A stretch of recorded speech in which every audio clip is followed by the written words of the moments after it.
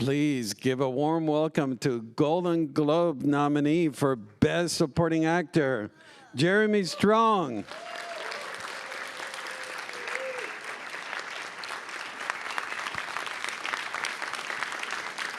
Thank you so much. Thank you, everybody. Welcome back, Jeremy. Thanks, Roger. Welcome, welcome.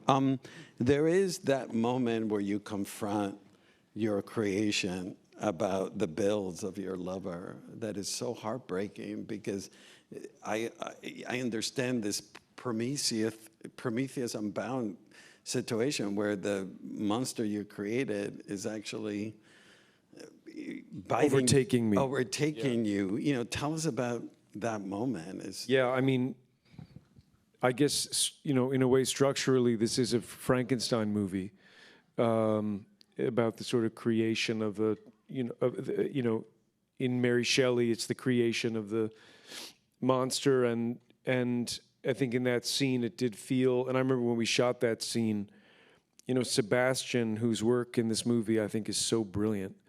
So are you. And thank you. And really finely calibrated, but you know, we didn't rehearse anything, we didn't talk very much. He and I were both pretty immersed in it.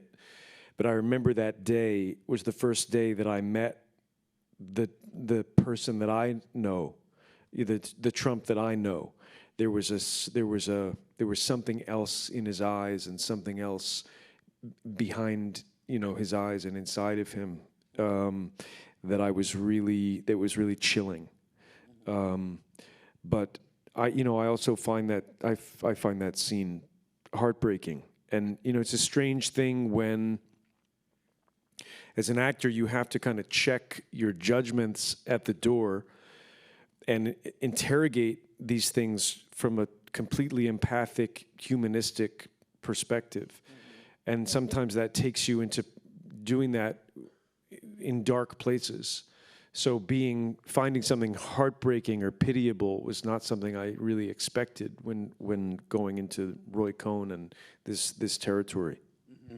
I mean, I'm glad you brought that up, because what's fascinating about your performance and the character is that there's moments of brutality in your character and ruthlessness, but then there is moments of, I mean, dare I say, tenderness and mixed with self-loathing as well, and self-hate. How do you have to like make sense of that, of the fact that there is this complexity to the character?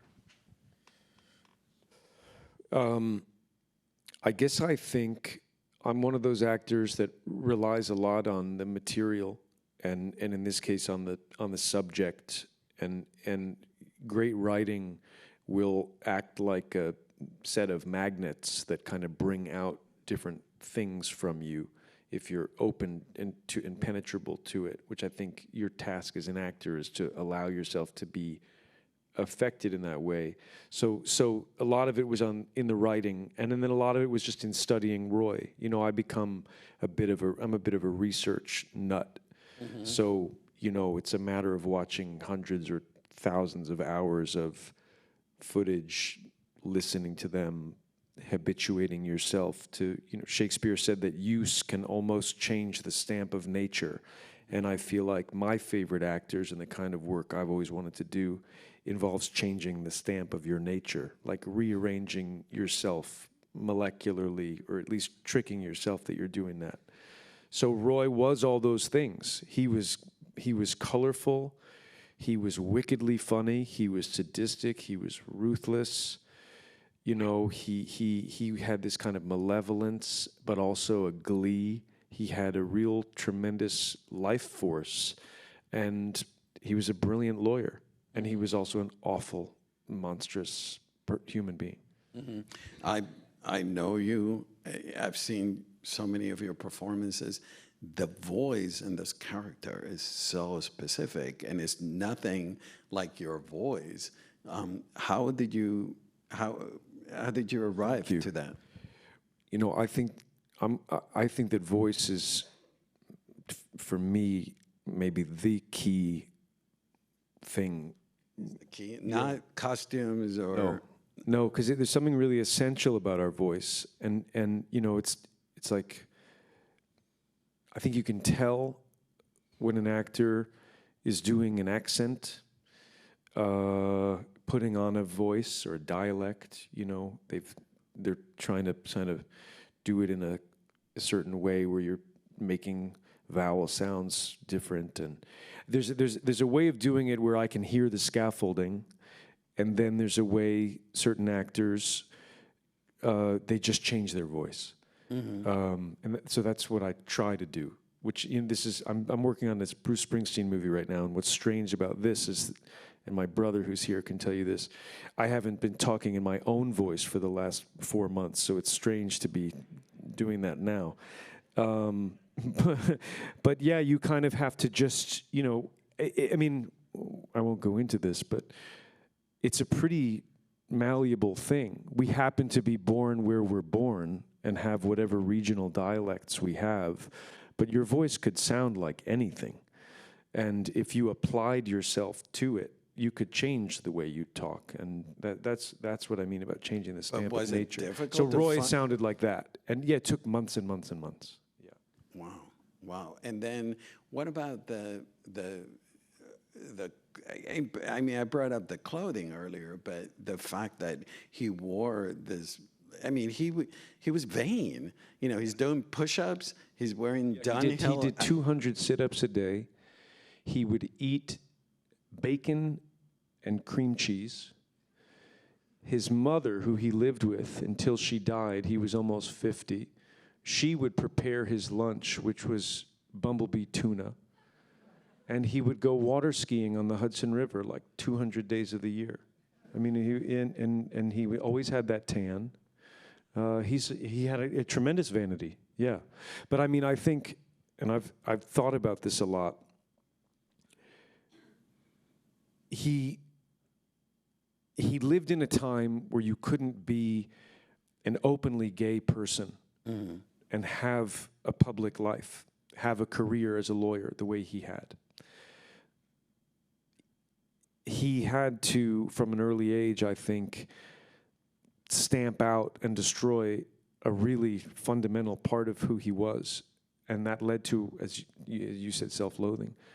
I think real self-hatred and nihilism, because it was like terrible. So there's that.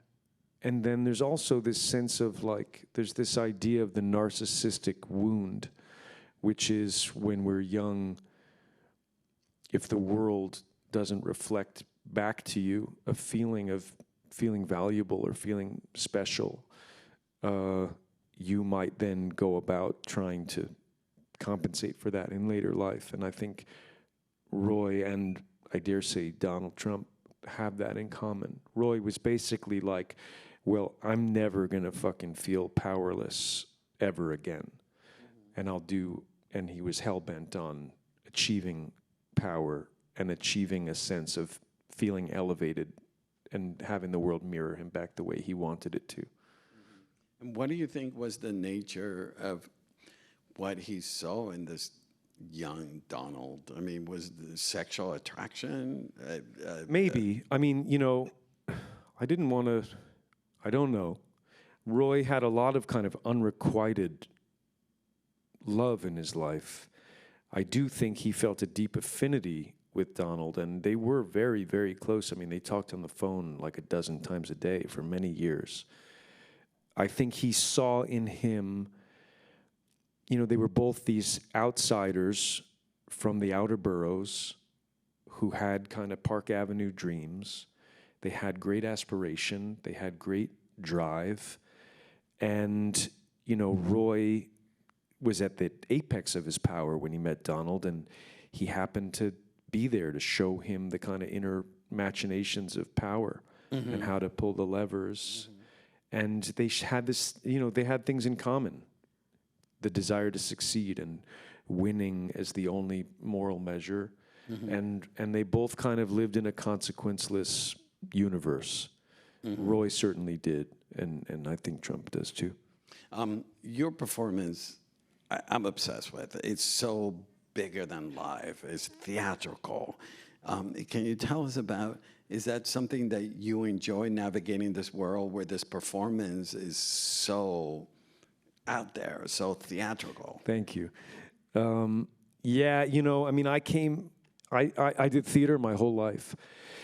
Tony And- Award winner last Oh, June. thank you. Best actor in a play. Olivier, in his autobiography, talks about something that he called theatrical courage, which Laurence Olivier saw as a sort of great virtue, and I think I always have as well. And I've always loved performances in film, especially, that have theatrical courage, and it's rare that you get a chance to do that. A lot of the material and a lot of the films that are made now are not heightened in that way. They're pretty, you know, there's the kind of mumblecore, like casual, very contemporary thing. This is different because these are, you know, larger than life characters. Or Stella Adler once said, you have to be as large as life, because people are, you walk around and you can't believe some of the people you meet. And if you watch Roy Cohn, you know, if you YouTube him and watch some of his interviews or just look at the guy, you can't believe that he's a real guy. And, you know, he did have a room full of stuffed frogs and frog figurines, and, you know, it's like crazy. But I did love the challenge of it. I like being out on a limb. I think that's where you grow, and that, you know, I like things that involve a certain level of risk. And I read something that Frank Stella, who died last year, said once. He said, "I'm only interested in what I can't do." So when I read this script, I was like, you know, I didn't want to do it because it felt impossible. Also because, and we talked about this, Ron Liebman had done it on Broadway, Nathan Lane had done it, James Woods had done it as a movie, and then Al Pacino did it. So why on earth would you do it? Was that when you were doing it, were you thinking, oh my God, you know, No. Ron Liebman won the Tony for this performance, Al Pacino won the Emmy for this performance? I think you might think about that before you enter into it, but once you cross the Rubicon and you're doing it, then they don't exist. They can't. I mean, none of that can exist. You have to be fearless in the way you go about it and take ownership of it. There is a specificity physical that you do with this character, and we talked about the voice, but then, you know, your makeup, you have this gray, pasty look, you have bloodshot eyes, the white. That was just my eyes being really bloodshot because I was starving myself to lose a lot of weight for the part. You know, it's one of those things where sometimes that's part of the job, is like putting yourself through something that's, you know, that you'd rather not put yourself through, but it's worth it, I think, to serve the story. And it felt like one of the great roles. And I took a walk with Ali Abbasi in my neighborhood in Brooklyn Heights, and he was telling me about his vision for the film. And I just remember taking that walk and thinking, I'm not going to do this movie. And then I went out to dinner that night with a good friend of mine who's a wonderful Danish writer-director named Tobias Lindholm. And Tobias wrote Vinterberg's last few movies. He wrote Another Round, he wrote The Hunt, and he's a brilliant director. And Tobias said, "What would you do if you were not afraid?" And I was like, oh, man. And so I texted Ali and said, I'm in. It's a good words to live by, I thought. Mm-hmm. Tell us about working with Abbasi. His previous film, Border, is phenomenal. I saw it at Telluride. You did, yeah. Yeah, if you haven't seen this movie, Border, which is one of Ali's earlier movies, it's completely amazing. It's a movie about trolls in Sweden, but trolls as if they're a real thing. And it's inspired, and it's a crazy movie. It has to deal with immigration, Yeah. although, you know, it's allegorical, but it's Yeah. a really powerful film. Yeah, and he's like a Lynchian filmmaker, I think, and he has a real punk rock sensibility, and he's a pretty fearless individual and artist.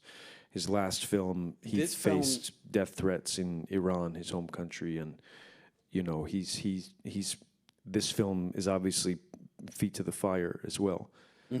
No, it's a shame that so much the attention has been drawn on Donald Trump but cinematically he's a rock star in this. Yeah. I mean, his vision, feels something like that was done in the '70s. There's a punk rock sensibility to this film.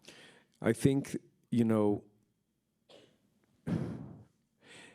this has been a really hard movie to put out into the world. The movie went to Cannes last year, and I think we all expected or hoped that it would find a big audience, because what could possibly be more relevant or essential to the time we're living in? And instead, it sort of met with resistance everywhere, and resistance on the part of studios and the industry primarily, I think, because Trump threatened litigation and threatened all kinds of blowback if anybody associated themselves with the movie. And then he posted about us when the movie came out. He called us human scum. And, it was scary to be in the crosshairs of that. That's a phrase that Stalin and Bolsonaro and Kim Jong and Hitler all use, so it's not an accidental phrase. So the movie's kind of been sort of soft blacklisted in this way by my own industry, which is ironic given Roy Cohn's tenure on the McCarthy Committee. Or maybe people just don't want to watch anything to do with Trump, or maybe people feel uncomfortable humanizing him, which is also, I think, part of the problem and part of the mess. But that's not the movie. I agree. I think the movie, intrinsically, on the level of its own artistry, is really exciting, what he did. And, Sebastian and I talked a lot about it as a love story, in the way that Midnight Cowboy is a love story. And Midnight Cowboy really was like a template for us, a certain kind of gritty, garish New York love story. Mm-hmm. Yeah, no, and there's all these other influences. You can see Boogie Nights, Paul Thomas Anderson quality to it. It's really, really well done. I know I had read about him shooting Border, and that he encourages improvisation while filming. Is that something that took place? Yeah, Gabe Sherman, who's an incredible journalist and writer, and he's covered Trump. He's a political journalist and also a screenwriter. And he wrote a great book about Roger Ailes called The Loudest Voice in the Room. And Gabe wrote a very thoroughly researched script that is really rooted in kind of journalistic veracity. But it needed, Ali wanted to do something else with it. And also Sebastian and I are similar in that I don't think we're the kind of actors that you hire to learn your lines and perform your lines. I think I'm interested in becoming the person, and then ready to be the person. And ready, whatever that means, and be informed and become an authority as much as you can on the person. And we had to be prepared. On my first day, I remember we're in the courtroom. There's that committee up on the dais, and Ali said, "Why don't you? I wasn't scripted. Why don't you go up to the podium and just talk to the committee?" So luckily, I sort of had prepared a lot, so I was ready to do that. I knew what the case was. I knew who the committee members were. I knew who the Yankees had played that last week. You kind of try and prepare the world of it so that you can, and he would do that often. Talk about taxes, talk about communism, talk about the Army McCarthy hearings, and sometimes you're like, I mean, it's hard to work that way. And Sebastian and I often felt like, we don't know if this is, we might just be crashing and burning here. But we trusted him, and film is that amazing thing where you're just trying to capture lightning in a bottle. So 90% of that stuff might not work, but then a few moments do work. And he was always kind of trawling every scene for all the kind of precious minerals he could get. You mentioned earlier that, you know, all these facts about Roy Cohn, including the frog figurines and all this stuff, all that information that you have, ultimately, we don't see it on screen, but it's feeding you. Yeah, I mean, I think so. I mean, there's some great documentaries about Cohn. One of them was made by Ivy Meeropol, who is Ethel and Julius Rosenberg's granddaughter. It's an amazing documentary. And to me, it's amazing, given that Roy Cohn was responsible for her grandparents' execution and wrongful execution, that she made a documentary that extended a great deal of empathy and a desire to understand this person. I guess I feel a great responsibility to know all that stuff and to read all the books about him, to know everything I can about him, because at a certain point, you do one of these, and Ivy Meeropol's in the audience. So it's like your responsibility it's no joke. And the responsibility to being accurate in your portrayal, is that part of the equation? Yeah, accuracy. Although it's like, I remember I worked on this movie, The Trial of Chicago 7. I remember Aaron Sorkin saying it's a painting, not a photograph. So you're not trying to do something just mimetic or an impersonation of the person. You're trying to, or I'm trying to, from all the research, internalize something and get an essence that feels visceral. And I don't really know how any of that works. But, you know, a lot of my, you know, I worked on Lincoln, and I remember watching what Daniel went through and how he transformed and the kind of limb that he was out on every day, you know. And I feel very inspired by that. Now, you may not remember this, but I first met you during a Zoom for a trial of the Chicago 7. Do you remember that? You had the whole cast, and I do remember that. you were shooting. Yeah, but this film, of course, has to deal with capitalism and power. I was struck by the fact, the connection between Enemy of the People and Succession, that all have this through line of capitalism and power. Is that something that obviously strikes a chord within you?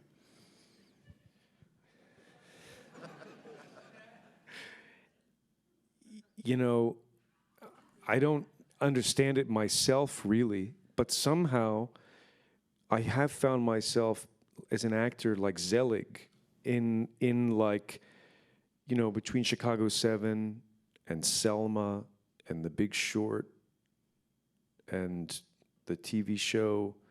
These are all things that really speak directly to kind of, you know, the nerve center of what we're living through in different ways. And yeah, I mean, you know, I thought about, there was something that Emerson said once, that behind every institution is the shadow of a man. And I remember thinking about that doing Succession, because the idea was it was Logan Roy's shadow behind everything, and in a sense shaping the world. And in this case, it's Roy Cohn's shadow, which I think is true, behind 2024. You know, Kai Bird, great historian who wrote this Oppenheimer book that they based the Chris Nolan movie on. Kai Bird is working on the Roy Cohn opus right now. I mean, I think that's how influential a person he is. And people don't really know about him. And these rules, which are real, you know, it's not like a concoction of the movie. Always attack, deny everything, never admit defeat. And when you really think about that, and then you apply it like a decoder ring to everything that you hear now, you see, I think, what's going on subtextually. Yeah, but that said, the fact that there's a commonality in your choices, I think that's where the good drama is. Yeah. It's like, I'm not some great conscientious citizen. I'm just looking for the good drama. And that that's where the stakes are highest, and I think that's where I care the most. And, you know, and it's Shakespearean. Yeah, Like but what were I was going to say is that what's remarkable about those choices is that they're so different, the characters, you know. Oh, thank you. Know, playing Kendall or playing Enemy of the People on Broadway, they're night and day. You know, you know, you're obviously challenging yourself to an incredible degree. Thank you. Yeah, yeah. Yeah, I mean, I guess that's the joy of this. I'm having a really amazing experience on this Springsteen movie, which I'm excited for the world to see when it comes out next year at some point, and a similar kind of character study that feels totally daunting to me. I guess I wouldn't know if it, you know, I'm always saying this, but it's true. Rilke said that all good art is the product of having been in danger. So I guess I feel like if you feel like you can do this and it's in your wheelhouse and this will be easy, then it ain't going to be good. Mm-hmm. One last question, which relates to what you just said, is the fact that Gang, when he was on Broadway, the second half of the show, it's in the round and it's in a town hall meeting, and the whole cast turns on him and publicly humiliates him.